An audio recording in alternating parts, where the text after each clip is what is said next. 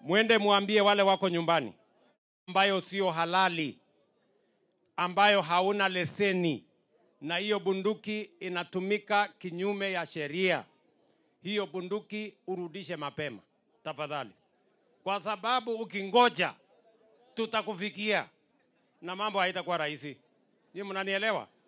So mimi nashukuru wale wote tayari tumeletewa ama wamerejesha bunduki 600. Bado tunajua tuko na bunduki zingine ambazo hazijakuja, ambazo bado zinatuletea matatizo. Mimi nataka niwaambie, tunataka wananchi waishi kwa amani. Tunataka wakulima waendelee na biashara yao na wafugaji. Tunataka watoto wetu wasome, tujenge uchumi, tuendeshe Kenya. Mambo ya vita, mambo ya kupiganisha wananchi, mambo ya insecurity, hiyo maneno nimesema tutakomesha.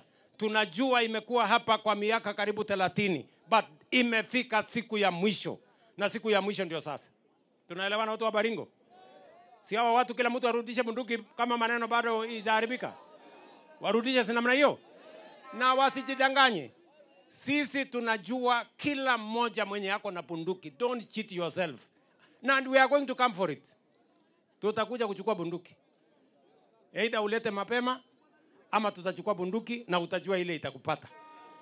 Tuachane maneno mingi. Mumehangaisha watu wa Baringo miaka yote. Mumehangaisha watoto wetu na kina mama, mumelete wajane wengi, mumelete mayatima wengi, hatuwezi kukubali tena. Nyinyi mnanielewa jameni? Si Baringo mnataka amani? Wangapi wanasema Baringo ni amani? Baringo ni amani. Yes, basi. Tuendelee namna hiyo.